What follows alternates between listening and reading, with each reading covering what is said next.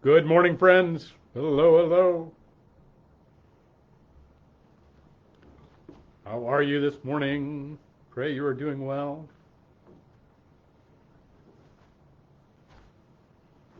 Hello. Hmm. I had a cup of coffee. I don't know where it's at, but hope you're doing great this morning. So we find ourselves on the way of gathering at this 11:11. Hope you're doing great, and there's goodness in your day. It's been a busy morning here. We've been sorting coats with United Way. Great charge of coats going out to those all over our region. Um, such a blessing to be able to be a part of that. And, talking about other partnerships we have with United Way. Good stuff. Hey Donna, good morning to you. Hope you're doing well. Hope you got your water fixed and that's that's feeling good again. Hey Jane, good morning to you. Hope you and John are well on this chilly day. Everybody's doing great.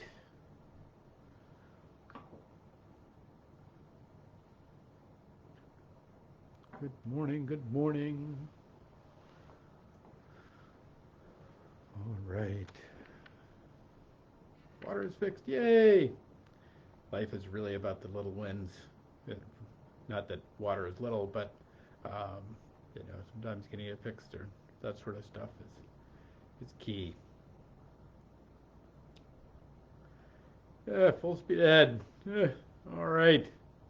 Well, let's get going this morning. It is the fourth day of December on this Wednesday at 11:11, and I'm glad you are here. This that I want to talk today about this word that you hear in the Lord's Prayer because it's been coming up a lot lately, and I just wanted to because and kind of relay a little bit of the story around it for me, and because that's kind of neat, but also the wider journey of what it is. And what I think we're being called to these days in this age that we find ourselves. And it is this. It is this word hallowed. Now we begin, it is most famously known, I think, in the beginning of the Lord's Prayer. Our Father who art in heaven, hallowed be your name. And and this like all we in the church are we're so famous as our Len Sweet likes to say, that the world steals our best lines because we don't know that we have them, and that this notion of of a holy name, a hallowed name, a name that is holy, and that we can engage with that we can find that we can encounter it in the living of our lives, and that uh, we can know actual an engagement with holiness in our lives and in our days. And now we think about that, and we think about being pure in thought, word, and deed. We think about this idea that somehow everything's gonna, we're just gonna be perfect, and we can just sit around and we can judge everybody because we're so perfect, and that when we think about this idea of something being hallowed or something being holy, but that's not at all the definition of the word holy or this word hallowed, and we'll talk about it in some other places in Scripture because I think we've lost the thread with it, with our pursuit of our engagement and our encounter. I won't even say pursuit, our encounter with hallowedness in our life. And it is this. So where this word comes from, where what something to make something hallowed, was simply this: that when all of the offerings were set at were offered to the temple in the Old Testament and in the ancient Hebrew and other places too. This was not just within the Hebrew world. This was whenever something was offered to God, there was this way in which there was a piece of it that was set aside. So you have the regular daily offerings, the offerings to keep the temple going. You have a bread offering, you have a cake offering, you have those, but there's a little bit of it that gets set aside. And that gets set aside either to be the burnt offering that will go up in the smoke, or often it was set aside to feed the priests. That it was the but there's but there is the regular offering that goes in, and you either, depending on how the tradition laid out, you set it on the fire, or you and it was burned, and the smoke became a pleasing aroma to God. Or there was this way in which and then that which was burned wasn't really burned, it was more cooked, and then you would feast with it. And so every time you find a sacrifice, you find a meal. And so that there is this communal aspect to making something hallowed, because then that piece that gets set aside is kind of the special piece, whether it's the good cut of meat, or whether it's the nice piece of bread, or whether it's and where it ends up going is not always the same place, but it's always something that is set aside, and that's what makes it holy. What makes something hallowed is that it is set aside. And so when we listen to the Lord's Prayer, we hear, "Our Father who art in heaven," your name's a little different than everybody else. Your name is set aside from other names. You're set in, it's a little more special. It's because, and it's done intentionally. And so what we find when we talk about this idea of being holy, or this idea of being hallowed, is that it's a part of our lives, it's a part of our being, it's a part of our day, it's a part of our concentration, it's a part of it that we simply set aside, and we make it for something, and we set it aside for something a little better than just the normal or ordinary parts of life.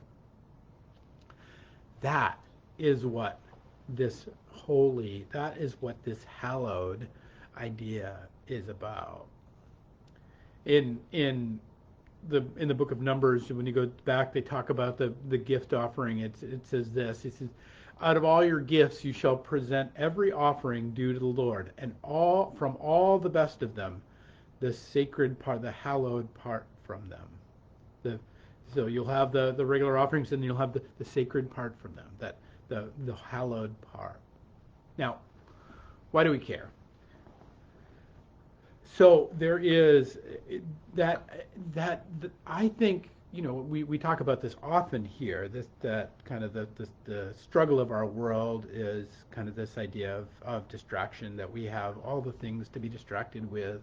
We have all the Netflix, we have all the books, we have all the things, we have all the drama of our economic world, of our political world. We have a literal Vanity Fair of ways in which we can be distracted from the life in which we're living. We have, the video games. We have, and not to say any one of these things are necessarily bad, but it is to say that what the atmosphere in which we find ourselves leads us to is one first of anxiety, because I don't know what's going to happen, and then second, to this age of just, I don't want to think about it, I don't want to look at it, and so we can look at shiny and more beautiful things. It is the will to take a page from our Roman friends, what the call of spending time with God is, which is really what God wants from us, the call of coming back to the center of our being, back to not just throwing things on the altar and burning them up, not just going through the motions of the day, but actually setting something aside for it to be special. It's a revolutionary act these days. It's a revolutionary act. I challenge you, set aside 10 minutes to pray every day. Set aside every 10 minutes every day. And if you do that, I guarantee something's going to come up when you do that. The phone's going to ping, the brr is going to buzz, something's going to happen. You're going to have something particular will happen beforehand. You'll get a flat tire on the whatever. There'll be that we are we are so profoundly in an age of distraction. And again, this doesn't make us unfaithful people. It doesn't make us, God's going to bring judgment on it. Don't load this up more than it is. It's already difficult enough. That every age has its problems. Every age has its challenges. This is ours, and so I'm not saying we should lament it. That's not what I'm hearing.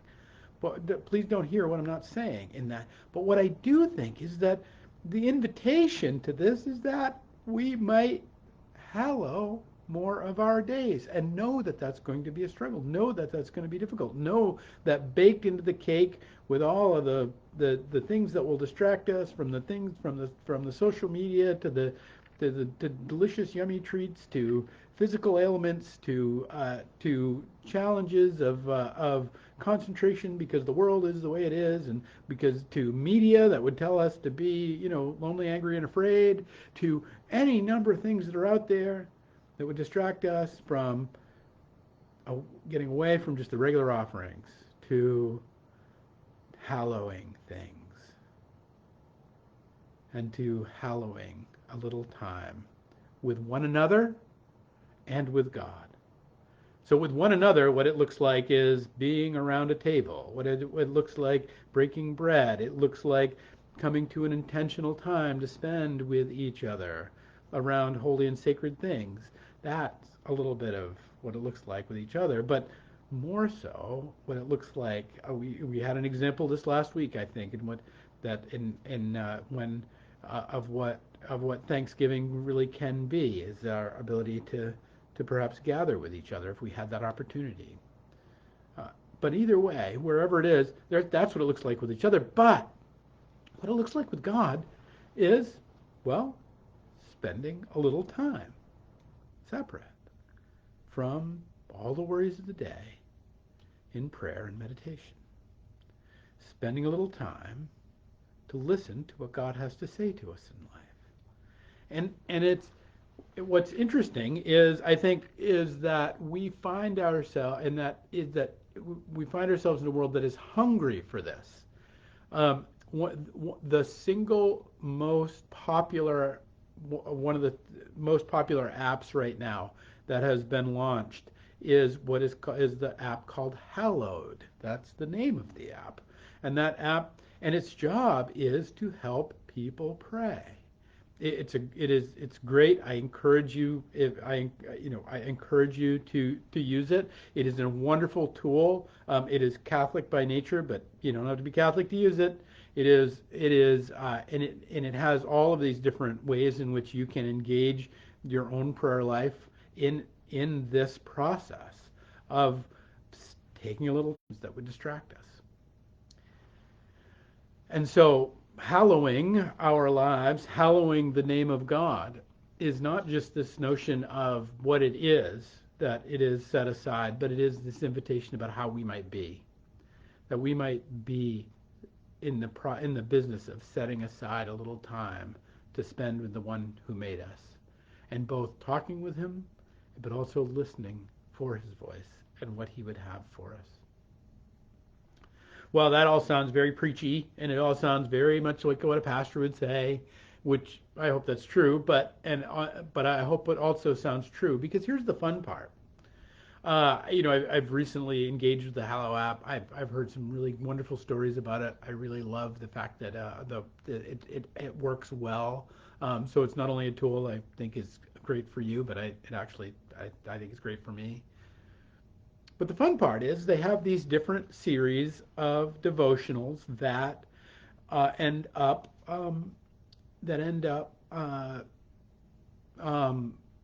inviting us to different ways to hold a season. And we find ourselves, as of 3 days ago, we find ourselves in the Advent season. For the next 24 days, we will be approaching Christmas, and we spend 24 days in preparation of the reception of the Christ child, the celebration of the birth of Jesus Christ on Christmas Day. So that celebration that we are, and so we prepare for that celebration in Advent. Now, however, and so the the Hallowed app has put together a really beautiful, so far, I mean, it's only been 3 days, but a really beautiful intention around this, around the preparation for Advent.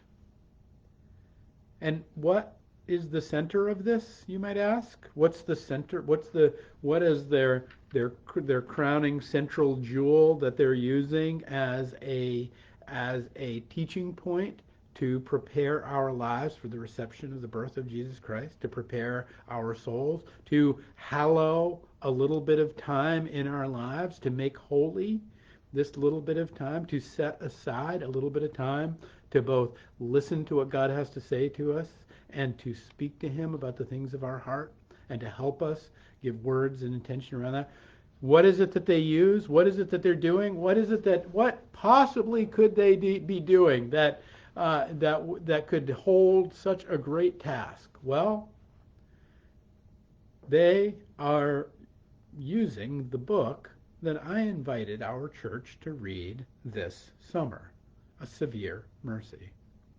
They are using the stories of Davy and the love affair of Sheldon and Davy.